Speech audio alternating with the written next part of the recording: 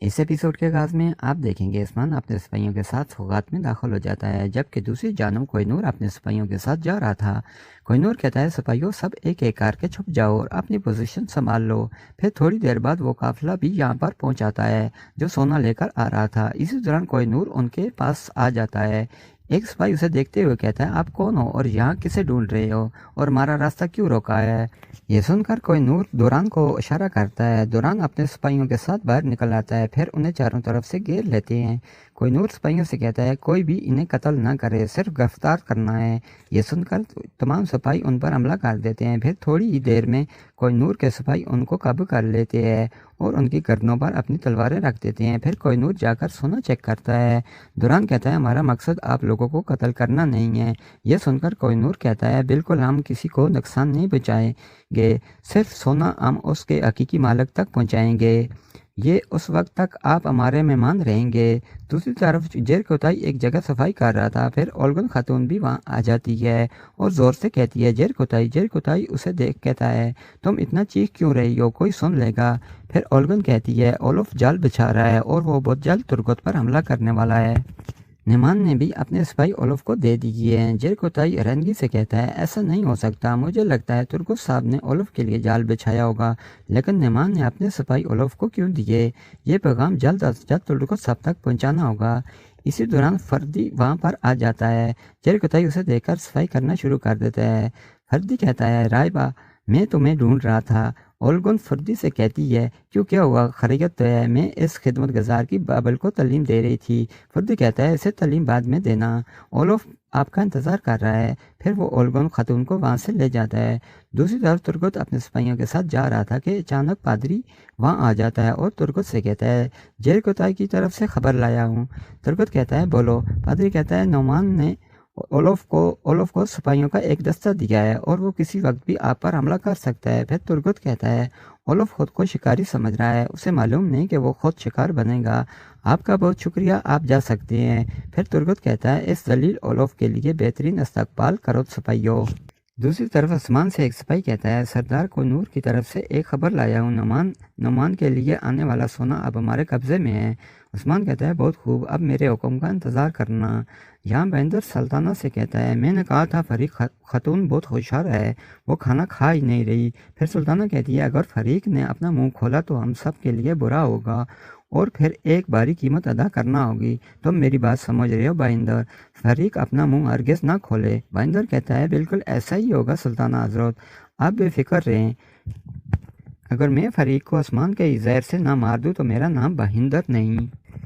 اس وقت جلالی اندر آتا ہے اور کہتا ہے سلطانہ حضرت عثمان صاحب آئے ہیں۔ سلطانہ کہتی ہے انہیں اندر بھیج دو۔ عثمان سلطانہ کے پاس آ کر سلام کرتا ہے۔ پھر سلطانہ کہتی ہے آپ اتنی جلدی کیوں آ گئے عثمان صاحب؟ عثمان کہتا ہے نہیں، میں وقت پر ہی آیا ہوں، نیمان کے یہاں پہنچنے سے پہلے میرے پاس ایک خبر ہے، لیکن آپ مجھے بتائیں باقی سردار کہاں ہیں؟ سلطانہ کہتی ہے تمام سردار رات کو یعنی شہر میں تھے، اب وہ آتے ہی ہوں گے، لیکن آپ کے جلد آنے کی کیا وجہ تھی؟ عثمان صاحب کہتے ہیں یعنی شہر اب آپ کا نہیں رہا سلطانہ، یعنی شہر میں آپ کا ہی پرچم لہرا دیا گیا ہے۔ یہ سن کر سلطانہ بہت غصے میں آ جاتی ہے۔ دوسری جانب یعنی شہر میں سلجوقی سپاہی اور عثمان کے سپاہی آمنے سامنے کھڑے تھے۔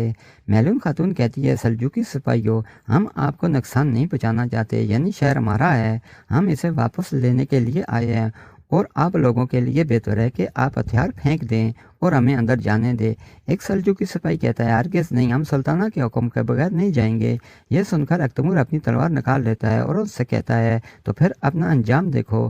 میلون خاتون اکتمور سے کہتی ہے کسی کو بھی مارنا نہیں، صرف گرفتار کر رہے ہیں۔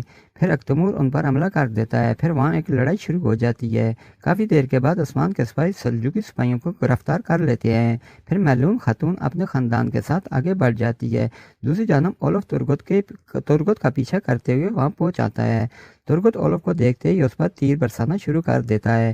یہ دیکھ کر اولف اور اس کے سپاہی اپنی ڈالوں سے اپنی حفاظت کرتے ہیں۔ پھر ترگت اولف سے کہتا ہے تمہارے پاس بھاگنے کے لیے کوئی راستہ نہیں اولف؟ اولف ترگت کو کہتا ہے میں بھاگنے کے لیے نہیں آیا، میں آپ کا سر کاٹ کر لے جانے کے لیے آیا ہوں، تم اور تیرے سپاہی سب ہمارے آگے سر جھکائیں گے۔ پھر ترگت کہتا ہے اولف ہمارا سر جھکنے کے لیے نہیں ہوتا، ترگت نہ تو کبھی جھکا ہے اور نہ ہی کبھی جھکے گا۔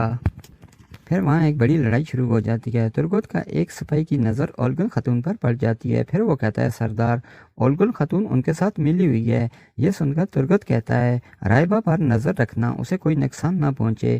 یہ کہہ کر ترگت پر حملہ کر دیتے ہیں۔ یہ سن کر ترگت اور سپاہی اولف پر حملہ کر دیتے ہیں۔ پھر ایک بڑی لڑائی شروع ہو جاتی ہے۔ ترگت اور اس کے سپاہی بڑی دلیری سے لڑ رہے تھے۔ سب ایک ایک کر کے کافروں کو ختم کر رہے تھے، لیکن ترگت کے سپاہی بھی شہید ہو رہے تھے۔ پھر ترگت سپاہیوں کو کہتا ہے پیچھے ہٹو۔ تمام سپاہی پیچھے ہٹ جاتے ہیں۔ ترگت کتان کی پیٹھ پر پاؤں رکھ کر دوبارہ حملہ کر دیتا ہے۔ یہ لڑائی کافی دیر جاری رہتی ہے۔ اولف سپاہیوں سے کہتا ہے رائبہ کی حفاظت کرو، اسے یہاں سے دور لے جاؤ۔ ایک سپاہی رائبہ کو دور لے جاتا ہے۔ پھر ترگت کے سپاہی بہادری سے ان سے لڑ رہے تھے۔ دوسری طرف سلطانہ آسمان سے کہتی ہے جب میں آپ کو یعنی شہر دے رہی تھی تو آپ نے اس وقت کیوں نہیں لیا؟ اب یہ مشکل وقت ہے، نعمان آتا ہی ہوگا۔ اس وقت میں بہت پریشان ہوں، آپ مجھے اور پریشان مت کرو۔ نعمان سوغات میں جرگہ نہیں کرے گا بلکہ ہم سے سوغات ہی لے گا۔ اپنی آنکھیں کھولو عثمان، یہ بغاوت کرنے کا وقت نہیں ہے۔ عثمان کہتا ہے ہم حالت جنگ میں ہیں، آپ کی وجہ سے مجھے پہلے بھی بہت بھاری نقصان اٹھانا پڑا۔ اب میں میدان میں آ چکا ہوں اور اپنا عہدہ سنبھال لیا ہے، اب میں اپنی مرضی کروں گا۔ سلطانہ عثمان سے کہتی ہے آپ جو کہہ رہے ہیں بہت غلط کہہ رہے ہو عثمان صاحب۔ عثمان سلطانہ سے کہتا ہے مجھے کیا کرنا ہے میں جانتا ہوں، اور جو آپ کر رہی ہے وہ سب بھی میں جانتا ہوں۔ اسی دوران باقی سردار بھی وہاں آ جاتے ہیں۔ سلطانہ اس سے کہتی ہے خوش آمدید سرداران۔ پھر ایک سردار کہتا ہے نعمان کب آئے گا؟ یہ سن کر عثمان ان سے کہتا ہے کیا آپ اپنی شکست کو یقینی بنانا چاہتے ہو؟ کراسی عثمان سے کہتا ہے رک جاؤ عثمان، بات کو آگے نہ بڑھاؤ۔ پھر عثمان کہتا ہے صرف آپ لوگوں کی غلطی کی وجہ سے نقصان اٹھانا پڑتا ہے۔ پھر یعقوب کہتا ہے یہ وقت ان باتوں کا نہیں ہے، نعمان آنے والا ہے اور اس کا سونا بھی پہنچنے والا ہے، ہم نعمان کو پہلے سونا دیں گے۔ یہ سن کر عثمان کہتا ہے کون جانے سونا یہاں پہنچے گا یا نہیں۔ یہ سن کر جاندار کہتا ہے خبردار عثمان صاحب، اگر آپ نے ہمارے سونے کے ساتھ کچھ بھی کیا تو ہم آپ کو اور آپ کے قبیلے کو جلا کر راکھ کر دیں گے۔ یہ ایپیسوڈ یہاں پر ختم ہو جاتی ہے۔ نیکسٹ ایپیسوڈ کے لیے ہمارے چینل کو سبسکرائب کریں۔ فی امان اللہ۔